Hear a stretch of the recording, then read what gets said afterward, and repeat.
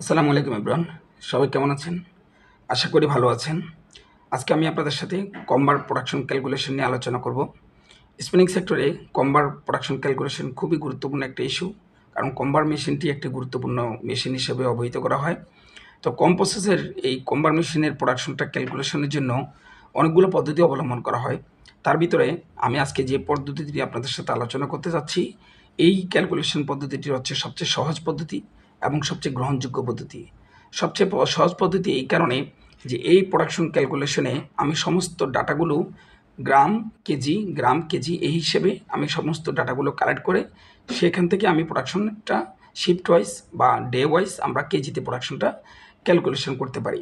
এবং সবচেয়ে গ্রহণযোগ্য এই কারণে যে এই প্রোডাকশন ক্যালকুলেশনের মাধ্যমে যে প্রোডাকশনটা পাওয়া যাবে সেই প্রোডাকশনটা অ্যাকচুয়াল প্রোডাকশন এবং সেই প্রোডাকশনের এফিসিয়েন্সিটা এবং অ্যাকচুয়াল যে প্রোডাকশনটা আসবে সেই প্রোডাকশন এবং অ্যাকচুয়াল এফিসিয়েন্সি দুটার ভিতরে একটা কী থাকবে, সমন্বয় থাকবে। আদার্স অন্যান্য যে প্রোডাকশন ক্যালকুলেশনগুলো আমরা অবলম্বন করে থাকি সেই প্রোডাকশন ক্যালকুলেশনের প্রেক্ষিতে আমরা ফিজিক্যালি যখন আমরা অ্যাকচুয়াল এফিসিয়েন্সি আমরা কালেক্ট করব, সেখানে দেখা যাবে প্রোডাকশনের সাথে আমাদের মেশিনের যে এফিসিয়েন্সি বা অ্যাকচুয়াল প্রোডাকশনের যে এফিসিয়েন্সি তার সাথে গরমিল দেখা যাবে। তো আজকে আমি খুব সুন্দরভাবে এই প্রোডাকশনটা আপনাদের সাথে শেয়ার করতে চাচ্ছি। শুরু করা যাক। তাহলে এখানে আমি দিলাম কম্বার মেশিনের Nip per minute 475, fit per Nip 5.2, এটার থাকে হচ্ছে মিলিমিটারে, ফিট পার নিপ 5.2 মিলিমিটার, ল্যাপ ওয়েট 78 গ্রাম পার মিটার, প্রতি মিটার ল্যাপের ওজন 78 গ্রাম।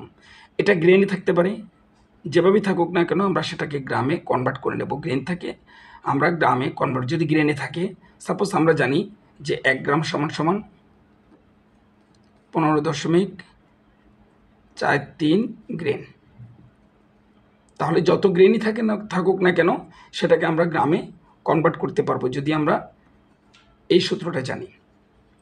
নয়েল এখানে 16% আমি দিলাম। এটা স্ট্যান্ডার্ড কম্বার নয়েল পার্সেন্টেজ 12 থেকে 18%-এর ভিতরে সাধারণত হয়ে থাকে। এটা মোটামুটি 14, 15, 16 এর ভিতরেই স্পিনিং ফ্যাক্টরিগুলোতে এই হিসেবেই কম্বার নয়েল পার্সেন্ট, যদিও 12 থেকে 18, কিন্তু মোটামুটি 14, 15, 16 স্ট্যান্ডার্ড এই পার্সেন্টেজটাই বেশি রাখা হয়। কিছু কিছু মিলে 18% নয়েলও এক্সট্রাকশন করা হয়ে থাকে। যদি নয়েল 16% হয় সেক্ষেত্রে নয়েল পার্সেন্টেজটাকে যদি আমি ক্যালকুলেশন করি তাহলে আমার 0.84 থাকবে, মানে 16% যদি 100 থেকে 16 বাদ যায় তাহলে আর 84 থাকবে। Bird tension 10%। এটা এই যে বার্ড টেনশন আমি বললাম, এই আমাদের যে কম্বার মেশিনের যে আমরা ফিড করি ল্যাব, সেই ল্যাপেরই আরেকটা নাম হচ্ছে বার্ড। এই বার্ড টেনশনটা হচ্ছে 10% থাকে, ম্যাক্সিমামই 10% থাকে। এই 10% কেন হয়? এই বার্টের যে টেনশন, ল্যাপের যে টেনশন, এই টেনশনটা মুভ পার সাইকেল, প্রতি সাইকেলে বার্ড টেনশন প্রতি সাইকেলে 10% ফিট কম হয়ে থাকে। বার্ড টেনশনের কারণে আমাদের যে ফিট পার নিপ যেটা দিলাম সেই ফিট পার নিপ থেকে বার্ড টেনশনের কারণে 10% ফিট কম হয়। তো যার কারণে আমি যদি এই বার্ড টেনশনটা আমি যদি কম্বার প্রোডাকশন থেকে যদি আমি মাইনাস না করি, বাদ না দিই, তাহলে সেক্ষেত্রে আমার কম্বারের যে ফিট পার নিপ দিয়ে যে আমি ক্যালকুলেশনটা করব সেই ক্যালকুলেশন অনুযায়ী আমার যে প্রোডাকশনটা আসবে সেটা বেশি আসবে। আর যদি বার্ড টেনশনটা আমরা বাদ দিয়ে থাকি, যেটা আমার প্রোডাকশন হচ্ছে না, যেটা আমার বার্টের কারণে টেনশনের কারণে যেটা প্রোডাকশন হচ্ছে না সেটা যদি আমি আসলেই বাদ দিয়ে থাকি, তাহলে আমাদের প্রোডাকশনটা ফিট পার নিপ যেটা ধরবো সেখান থেকে আমার 10% যদি বাদ দিয়ে থাকি তাহলে আমার প্রোডাকশনটা মিলে যাবে। তাহলে এই বার্ড টেনশনটা আমরা কোথায় পাবো?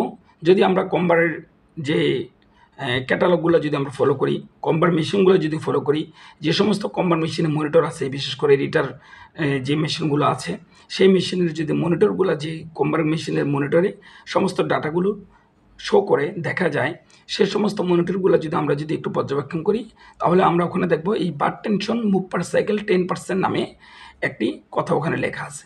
তো এই বার্ড টেনশনটা আমরা ফিট পার নিপ থেকে আমাদেরকে বাদ দিতে হবে।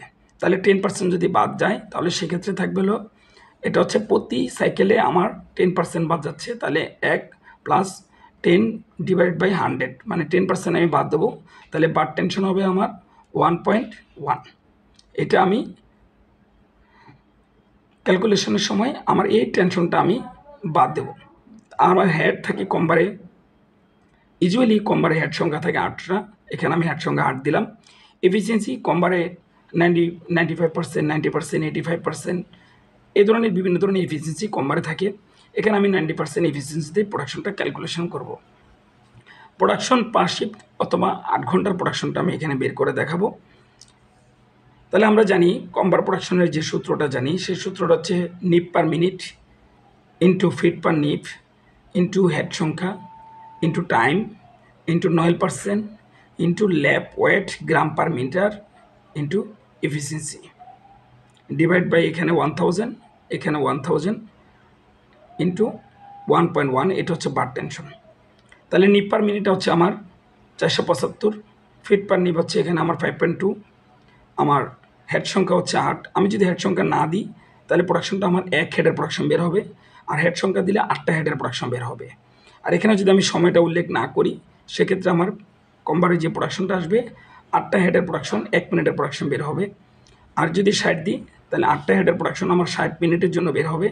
এখানে যদি 8 দিই সেক্ষেত্রে আমার একটা শিফটের প্রোডাকশন বের হবে, মানে 8 ঘন্টার প্রোডাকশন বের হবে। যদি আমি এখানে 24 দিই তাহলে আমার এখানে কম্বারের প্রোডাকশনটা 24 ঘন্টার জন্য কম্বারের প্রোডাকশনটা বের হবে। 9% হচ্ছে আমার 16%, তাহলে 16% বাদ গেলে 0.84 আছে। আর ল্যাপ ওয়েট হচ্ছে এখানে গ্রামই দিব। এখানে কেন গ্রামই দিব? কারণ আমাদের ল্যাপ ওয়েট গ্রাম পার মিটার দিতে হবে। প্রতি মিটার ল্যাপের ওজন গ্রামে দিত, প্রতি মিটার ল্যাপের ওজন গ্রাম। কারণ এখানে কেন মিটার দেবো? আমাদের এখানে ফিট পার নিব আছে মিলিমিটারে, তাহলে মিলিমিটার হচ্ছে মিটারের একটি ক্ষুদ্রতম একক। যেহেতু এটা মিলিমিটার আছে এটাকেও আমি মিটারে দেব। যদি আমার এখানে মিলিমিটার থাকে আর এখানে গজ থাকে তাহলে আমার মিলবে না। এটা আমাকে মিলিমিটারে, এখানে মিটারে, এটাকে ল্যাপের ওয়েটটা আমার এখানে মিটারে বের করতে হবে। প্রতি মিটার ল্যাপের ওজন গ্রামে বের করতে হবে। গ্রামে কী জন্য বের করবো? তাহলে আমার প্রোডাকশনটা ক্যালকুলেশন করার জন্য খুব সহজ হবে। কী জন্য? আমি প্রোডাকশনটা দিন শেষে কেজিতে বের করব। তাহলে আমি গ্রাম থেকে কেজিতে নেওয়া আমার জন্য সহজ হবে। এফিসিয়েন্সি 90% আমি এখানে এফিসিয়েন্সি দিলাম। এখানে 1000টা দিলাম নিচে। 1000 কোথা দিয়ে দিলাম? এখানে আমার ফিট পার নিপ আছে মিলিমিটারে 5.2 মিলিমিটার। মিলিমিটারকে মিটারে নেওয়ার জন্য 1000, 1000 মিলিমিটার সমান সমান 1 মিটার। এর জন্য মিলিমিটারকে মিটারে নেওয়ার জন্য 1000 দিয়ে ভাগ করেছি। আর এখানে 1000 কোথা থেকে দিলাম? সেটা হচ্ছে আমার এটা ল্যাপের ওয়েটটা আমার এখানে গ্রামে আছে 78 গ্রাম পার মিটার। তাহলে গ্রাম থেকে কেজিতে কনভার্ট করার জন্য আমি 1000 দিলাম। আর এটা হচ্ছে বার টেনশন, যেটা আমি বাদ দিতে বলছি। এই বার টেনশনটা হচ্ছে 10%। এই 10%টাকে যদি বাদ দিই তাহলে 1.1 বার টেনশন আমার এখান থেকে বাদ যাবে। তাহলে এটাকে যদি আমি এখন ক্যালকুলেশন করি তাহলে আমার প্রোডাকশন আসবে পার শিফট বা 8 ঘন্টার জন্য প্রোডাকশন আসবে এক মেশিনের 8 হেডের প্রোডাকশন 508.45 কেজি, 508 কেজি। এখানে সামথিং আছে 508.45 কেজি পার শিফটের প্রোডাকশন আমার এখানে আসলো। তাহলে এটা আমার পার শিফটের হতে পারে, পার ডে হতে পারে, যে কোনো পার আওয়ার হতে পারে, যে কোনো প্রোডাকশন হতে পারে, যে কোনো টাইমের প্রোডাকশন হতে পারে। তাহলে এটি হচ্ছে কম্বার মেশিনের প্রোডাকশন ক্যালকুলেশনের জন্য সবচেয়ে জনপ্রিয় এবং সবচেয়ে সহজ ক্যালকুলেশন ফর্মুলা। আশা করা যায় এই ক্যালকুলেশন ফর্মুলা আপনারা ইউজ করে খুব সুন্দরভাবে কম্বার মেশিনের প্রোডাকশন ক্যালকুলেশন করতে পারবেন। যে ক্যালকুলেশন ফর্মুলার ভিতরে আমরা দেখলাম যে এখানে আমাদের মেশিনের যে অ্যাকচুয়াল এফিসিয়েন্সি এবং প্রোডাকশন, আমাদের যে ক্যালকুলেট প্রোডাকশন এবং ফিজিক্যাল যে প্রোডাকশন, এই দুইটার ভিতরে আমরা সমন্বয় এই প্রোডাকশন ক্যালকুলেশনের মাধ্যমে আমরা খুঁজে পাবো। অন্যান্য যে প্রোডাকশন ক্যালকুলেশনগুলো আছে সেগুলোর ভিতরে আমি যে ক্যালকুলেট প্রোডাকশন করব, সেই ক্যালকুলেট প্রোডাকশনের সাথে মেশিনের যে ফিজিক্যাল প্রোডাকশন দিন শেষে বা 1 ঘন্টা পরে বা 8 ঘন্টা পরে অথবা পার ডেতে যে প্রোডাকশন শো করবে, যদি আমি ক্যালকুলেট প্রোডাকশন যেটা বের করি সেটার সাথে যদি মেশিনের সেই এফিসিয়েন্সিতে সেই প্রোডাকশনটা যদি না আসে তাহলে আমাকে বুঝতে হবে আমার প্রোডাকশন ক্যালকুলেশনটা ভুল আছে। তাহলে আমরা এই নিয়ম যদি ফলো করি আশা করা যায় এরপর থেকে আর কোনো সমস্যা হবে না। তো ভালো থাকেন সবাই, আজকে এই পর্যন্তই। ভবিষ্যতে আপনাদের সাথে আরও খুব সুন্দর সুন্দর ভিডিও নিয়ে হাজির হব। সেই পর্যন্ত সবাই ভালো থাকেন। আল্লাহ হাফেজ।